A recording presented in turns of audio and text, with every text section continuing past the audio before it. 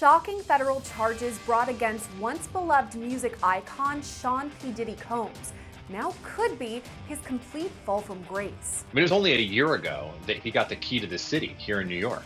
And now here he is indicted in the Southern District, right? So what happened in a year for someone to have fallen so far? But what led up to these serious federal charges? We're talking to criminal defense attorney Adam Conta to break down the timeline leading up to Diddy's arrest. I'm Gillespie, and this is Law&Crime News. Now, starting off from where we're at right now, Diddy faces 3 federal charges of racketeering conspiracy, sex trafficking by force, fraud, or coercion, and transportation to engage in prostitution. So how did we get here? We have to head back to the 1990s, when Diddy first rose to fame after creating the record label Bad Boy Records that represented artists like the Notorious B.I.G. or Biggie Smalls. It was during this time frame that Diddy allegedly sexually assaulted multiple women in New York. We first learned about these allegations in November of last year, when Joy Dickerson-Neal and Liza Gardner filed separate civil suits against Diddy. Gardner says her assault happened back in 1990 when she met Diddy at a work event. She alleges he raped her and later choked her to the point that she passed out. The next year, in 1991, Joy Dickerson-Neal says Diddy raped her while she was a student at Syracuse University. She says Diddy even recorded this alleged sexual assault and passed the tape around to other people. So these things allegedly happened in the early 90s, but they're not made public then. As the years pass by, Diddy's career just keeps on gaining steam. By the late 90s, Diddy himself begins putting out songs, even snagging his first 2 Grammys in 1998. But the following year marks the next stop on the Diddy timeline, the New York nightclub shooting. 3 people were shot, though no one suffered any life-threatening injuries.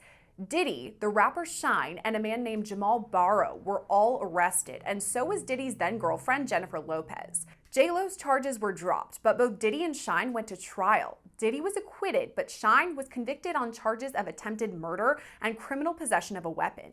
He was sentenced to 10 years in prison. Now, in recent months, there's been allegations that Shine took the fall for Diddy, and on top of that he forced J-Lo to carry an illegal weapon. All this leads us into the new millennium, though. A woman, only identified as Jane Doe, says Diddy raped her in 2003 when she was just 17. In the lawsuit she filed last year, she included pictures of herself at Diddy's recording studio in New York. From there, we fast forward to late 2005 or 2006, when Diddy met Cassandra Ventura, who would later be known publicly as the singer Cassie. According to Cassie's lawsuit, she started working with Diddy when she was just 19 years old, and he was 37. She says Diddy began, quote, almost immediately asserting possession and control over her, and inserting himself into all aspects of her career and her personal life. That includes things like forcing Cassie to use illegal drugs and have sex with prostitutes as Diddy watched or masturbated. She also alleges he recorded many of these interactions. Okay, I know you're multitasking when you're watching our videos, and if you're running errands, listen up. I have to tell you about the free app Upside that gives you cash back on daily essentials. I now use it every time I pump gas. It's so easy to use and free, so why wouldn't I use it? All you have to do is download the Upside app and claim an offer for whatever you're buying. So you pay as usual and then just follow the steps on the app to get paid. It's that simple. To find out how much you could earn, click the link in the description to download Upside or scan the QR code on the screen and use our promo code LCNews to get an extra 25 cents back on every gallon on your first tank of gas. The next stop on the Diddy timeline is 2011, when Cassie had a brief flirtatious relationship with rapper Kid Cudi. She says that in 2012, Diddy told her that he was going to blow up Kid Cudi's car and that he wanted to ensure that Kid Cudi was home with his friends when it happened. Around that time, Kid Cudi's car exploded in his driveway. From there, we have to hop to September 2022, when Rodney Jones, also known as Lil Rod, began working with Diddy. For the next year and a half, Lil Rod alleges he suffered abuse, all at the hands of Diddy himself. At times, Lil Rod says Diddy touched his private areas without consent and forced Lil Rod to watch him shower or have naked body massages. Lil Rod says Diddy, quote, attempted to groom Mr. Jones into engaging in gay sex. Then, in 2023, Cassie filed a lawsuit against Diddy under the New York Survivors Act. meaning a sexual assault survivor could file civil suit against their alleged abuser regardless of the statute of limitations. So Cassie filed that suit on November 16th of last year, and though it was settled just one day later, the damage was already done. Before the year's end, Diddy also faced lawsuits from Liza Gardner, Joy Dickerson-Neal, and Jane Doe. After this, Hulu dropped plans for a reality show called Diddy Plus 7 that was supposed to be about the singer and his family. At the same time, other major brands that he had worked with over the years severed ties. That brings us to February 26, 2024, when Lil Rod filed his lawsuit. Just about a month later, on March 25th, federal investigators raided two of Diddy's homes in both Los Angeles and Miami. The same day, Diddy's alleged drug mule, Brendan Paul, was arrested at the Miami airport. He was charged with cocaine and marijuana possession, but avoided any jail time with a plea deal that required him to enter a drug diversion program. That moves us to April 4th, when Diddy is named a co-defendant in yet another civil lawsuit, this time involving the sexual assault of a woman on a yacht. Diddy's son, Christian, or King Combs, is also listed in the suit. Over the next few weeks, Diddy then files motions to dismiss several of the civil lawsuits against him, but he makes news once again on May 17th when CNN releases shocking surveillance video showing Diddy brutally attack Cassie in a hotel hallway. 2 days later, on May 19th, Diddy posted this to his Instagram. I was f***ed up. I hit rock bottom, but I make no excuses. My behavior on that video is inexcusable. I take full responsibility for my actions in that video. I'm disgusted. I was disgusted then when I did it. I'm disgusted now. I went and I sought out professional help. I had to go into therapy, and go into rehab. I had to ask God for His mercy and grace.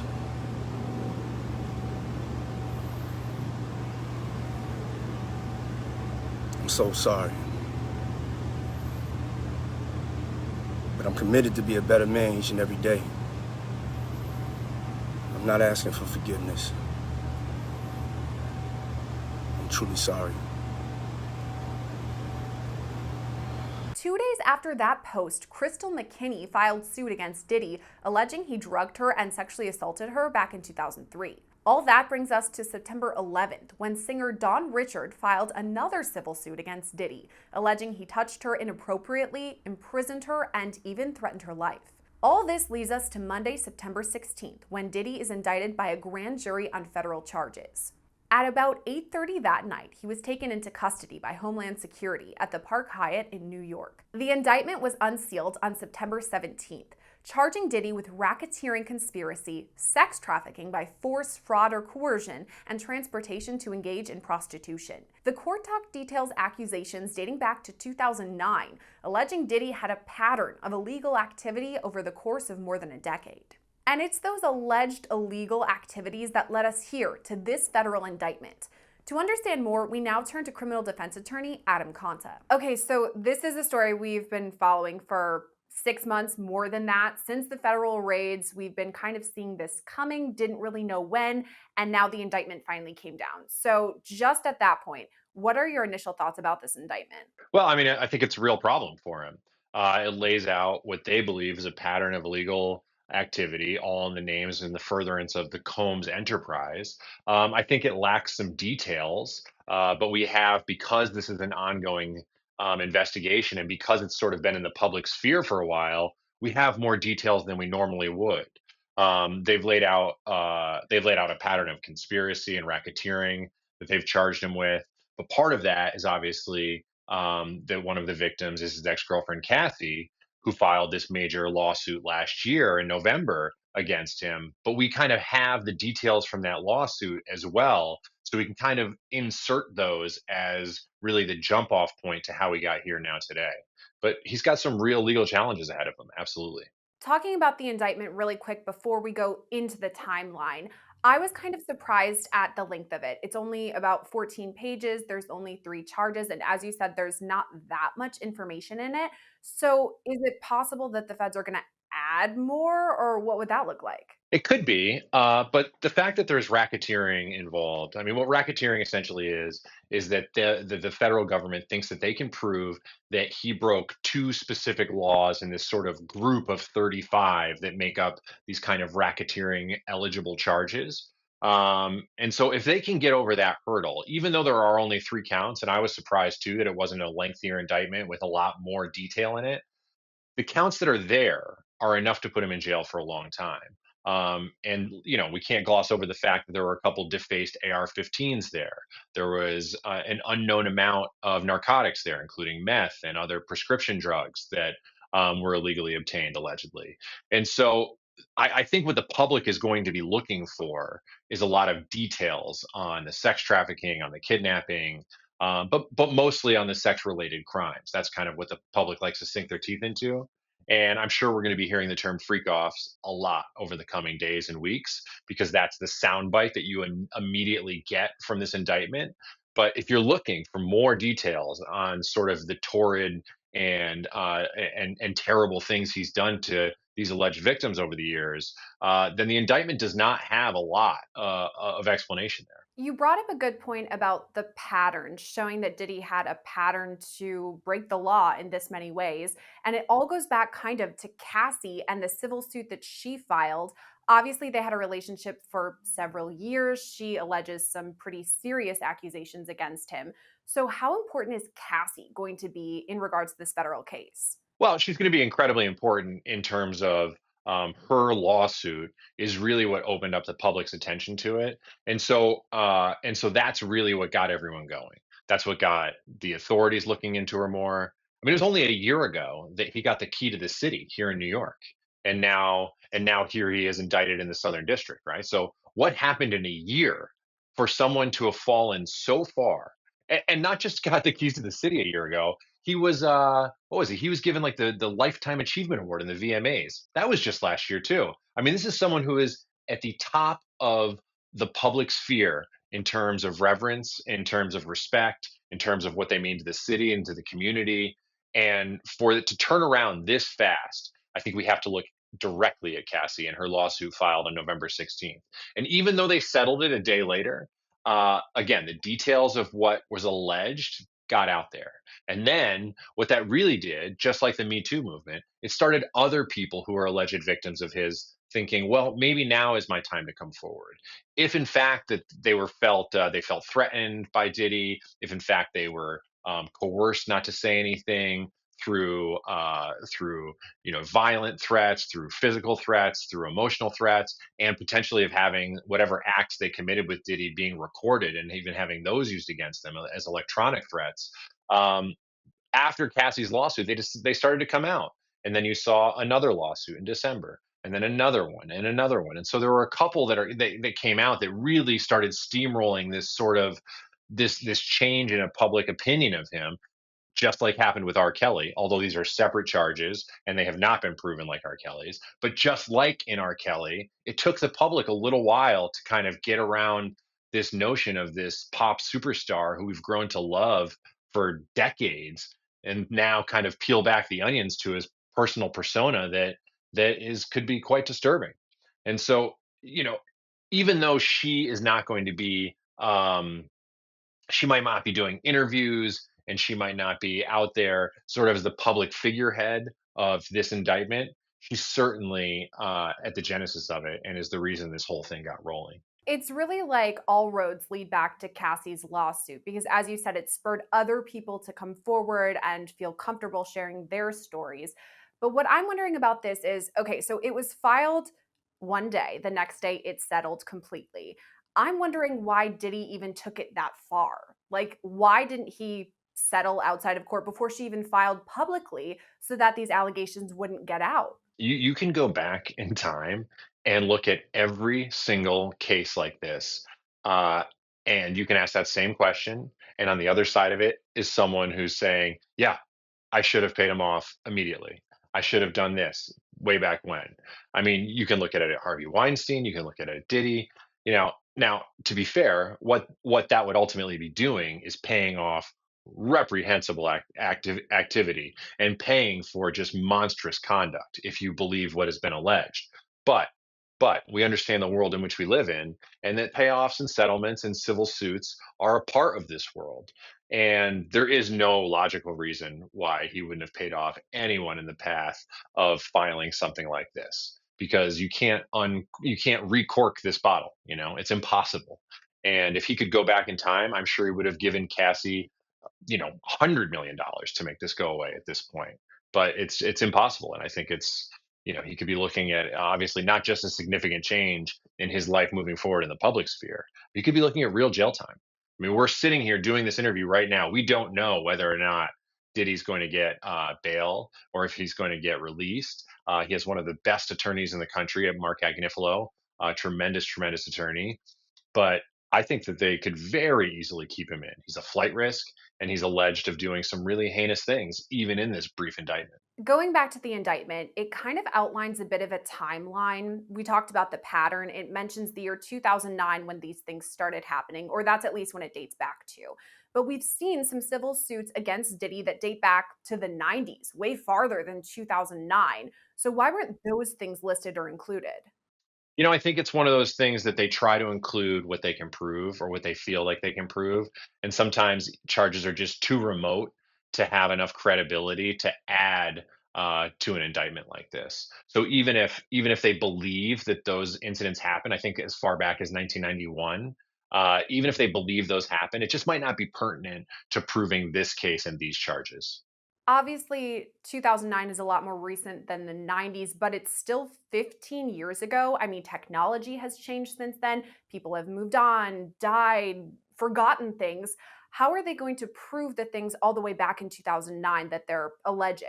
Well, I mean, a lot of it from what it sounds like, and again, we're learning all this in real time, but it sounds like from him. I mean, once the police caught wind of Cassie's lawsuit and really started going forward in investigating him, that obviously led to the raids that took place in March in his Miami homes and his LA homes. And when they raided those homes, they found not just guns, not just drugs, but electronic devices, which is really ultimately what they were looking for there. Everything else that I just named is sort of like a cherry on top, because what they wanted, what they were looking for, and what they got was hard drives. And on those hard drives, allegedly, are some of these acts being videotaped and taping them without their consent, potentially, holding on to them without their consent, potentially.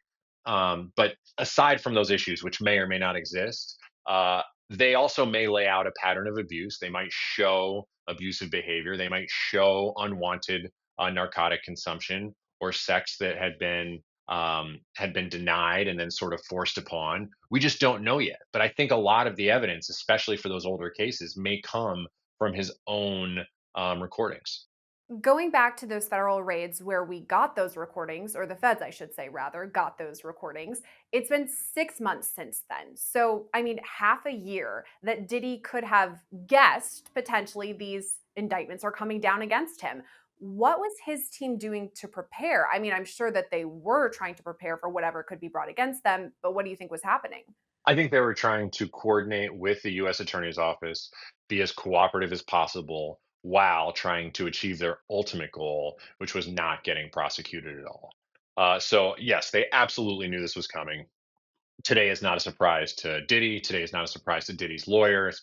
Uh, but in the meantime, leading up to this, there's been a lot of, I'm sure there's been meetings, I'm sure there's been discussions, I'm sure there's been a lot done to try to avoid this very moment, to show that any of these incidents were either consensual or that they just lacked any sort of criminality. And so, I think that the legal team has probably been working on this since before March, probably since November. They could see something like this potentially coming. And so I'm sure that he's had a team of people looking to avoid this day specifically for a long time.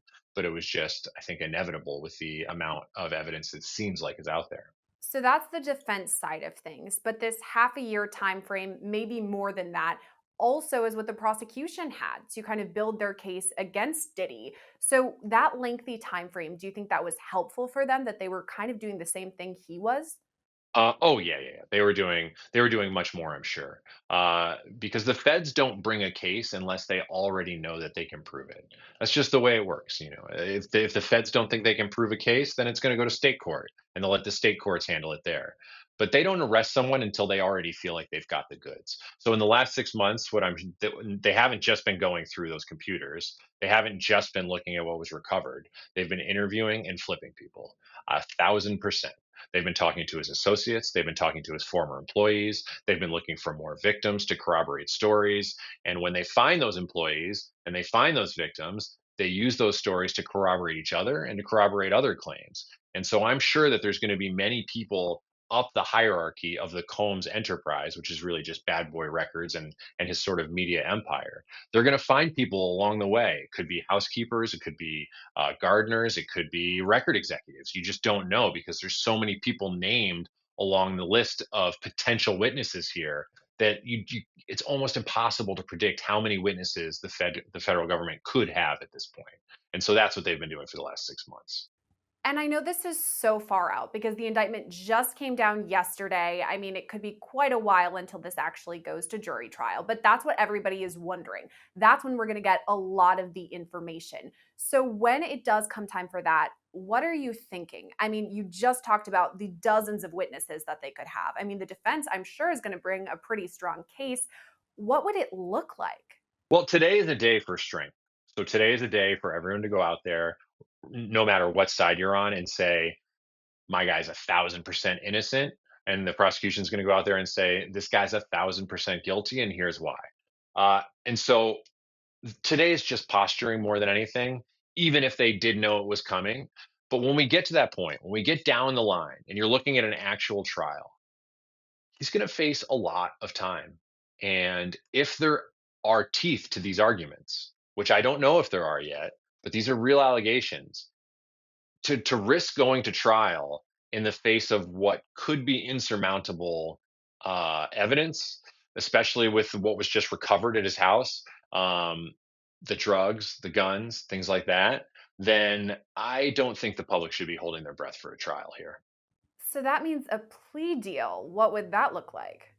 Could look like anything at this point. I really don't know. But if he goes to trial and loses, I mean, he could be looking at the rest of his life if they want to run things certain ways. Uh, and so if he comes to a point and recognizes that there's just no reasonable, logical path out of this, then I have no idea what a plea could look like. But I mean, it would still be a serious amount of time and a serious dollar amount of forfeiture. Um, but they just have so many resources available to them in the federal government. They have the ability to just have unlimited time and money put into proving a case. And if they're at this point now, you just don't see a lot of trials in the federal system that lead to full acquittals. And there's a reason for that, because they just are so careful about the cases they bring. And so, I'm so curious to see how this unfolds because, again, I think he's got a tremendous lawyer, and this is an indictment that's pretty thin on details. But I still don't think that that means that we should all be holding our breath for an imminent trial on the horizon. Bottom line, there's a lot of evidence. Both sides, I'm sure, are going to be going through this in discovery, a lot going on. And as you said, it does sound like the prosecution has a pretty strong case. Then we talked about a plea deal, too. I don't know. I'm wondering, is it possible that Diddy gets off, that he doesn't serve any jail time? Well, it's just too early to say. I mean, is it possible? Sure. Is it likely? No, not really. These are serious charges, they're serious allegations, and they're brought by the U.S. Attorney's Office in the Southern District of New York, an office that has more money than some small countries. Uh, so I think that he is fighting an uphill battle, but he has the best possible resources and the best allies in his attorney to be able to do that. And so I don't think it's likely that he would get off. But if there is a mistake here, and if there are errors along the way in this investigation, then he's got the right people to uncover them. From what it looks like, right, in this indictment, that he's charged with not necessarily having sex with some of these women, that he's charged with potentially masturbating as he recorded them having sex with male sex workers that he had flown in. So if he didn't do any of the sex acts himself, but was responsible for the recording, the applying of drugs, things like that. That could give some inroad to the defense to say that he wasn't actually doing the sex acts themselves, and that maybe there's some wiggle room there. But I don't know. It's a tough case. Diddy was taken into custody on Monday night, but still maintains his innocence. A statement from his legal team reads, quote, Sean Diddy Combs is a music icon, self-made entrepreneur, loving family man, and proven philanthropist who has spent the last 30 years building an empire, adoring his children, and working to uplift the Black community. He is an imperfect person, but is not criminal.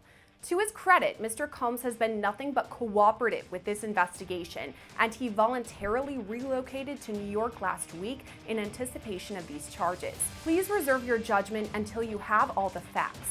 These are the acts of an innocent man with nothing to hide, and he looks forward to clearing his name in court. That's a look at the timeline so far, but there's sure to be more developments ahead, so make sure to subscribe to our YouTube channel so you never miss an update. For Law&Crime, I'm Sierra Gillespie.